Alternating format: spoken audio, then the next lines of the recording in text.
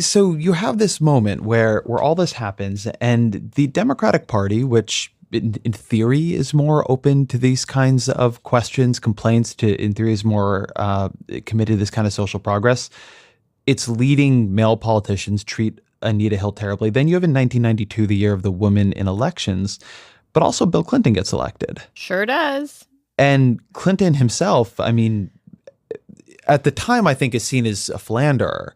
But subsequently, there's the Juanita Broaddrick allegations, which I think are a pretty hard to dismiss accusation of rape, or certainly an allegation of rape that has not been disproven Right. In any significant way. The incredible abuse of power with Monica Lewinsky. Yep. And the Democratic Party coalesces around Clinton, too. Right.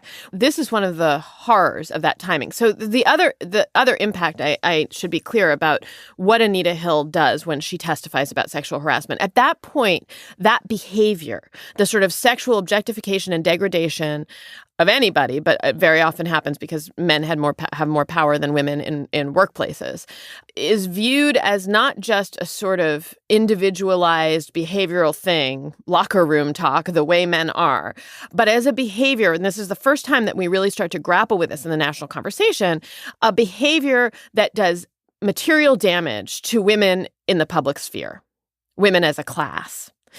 And this conversation is revelatory.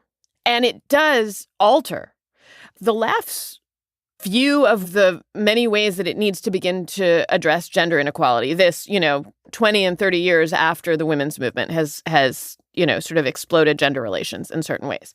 Then Bill Clinton is elected. And it's complicated because there's true relief. It's been 12 years of Republican presidential administrations, and also years in which the Republican Party has sort of melded with the religious right and done tremendous damage in eroding women's reproductive rights, really focused on an anti-abortion movement that's grown hugely and is threatening abortion rights. And here's a president who is friendly to reproductive autonomy, who appoints Ruth Bader Ginsburg to the Supreme Court, who has a wife who, and this mattered, this was really important when Bill Clinton was elected in 92. The way the year of the woman initially corresponded to the election of Bill Clinton was that he had sold himself historically as part of a 2-for-1 presidency, because his wife at that point was regarded. First of all, she was just unprecedented in terms of her comparable power or comparable credentials to her husband. She was a lawyer. She was a groundbreaking lawyer in Arkansas. She had worked for the Children's Defense Fund. She was seen as extremely politically and seen then, I think, incorrectly, but seen as a real kind of left-wing radical and a feminist. And that didn't have precedence in the office of the First Lady. And feminists many of them loved Hillary Clinton.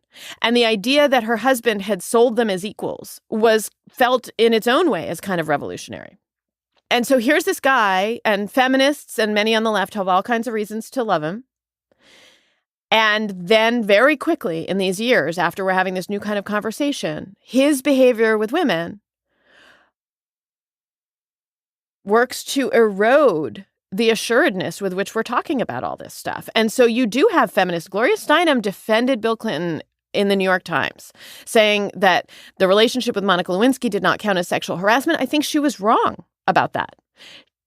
The Juanita Broaddrick story is interesting because I think at the time, and I was in high school and college. I was in high school when Bill Clinton was elected and in college. And the degree to which I was engaged in this conversation was probably less than at any other time in my life. I sort of generally was like, yay, I love Bill Clinton. And that, it wasn't the moment of extreme political engagement to me. So I'm not sure if I am speaking accurately about the general feeling in the media at the time. But I don't remember the Juanita Broaddrick allegations of rape being taken particularly seriously at the time, except by factions of the right wing. And that is symptomatic of, the way that many women's stories of assault are not taken seriously, and also with the sort of complexity of the moment. What was the left, that should have been perhaps more engaged in determining whether or not there was any veracity there? How were they going to approach this with a president who, partway through the term, the left wasn't so thrilled with Bill Clinton. But this was a real quandary. I do remember the Monica story, and I remember understanding even at the time that while it was complicated because both people in it acknowledged that it was consensual, it was a tremendous abuse of power. And therefore, I think absolutely fell in the category of sexual harassment. He was the president of the United States. She was an intern in the White House. But that conversation didn't happen in earnest. And I think it did a lot of harm to the credibility and the seriousness with which we took this issue. And I think it's right that we're going back and reexamining it right now.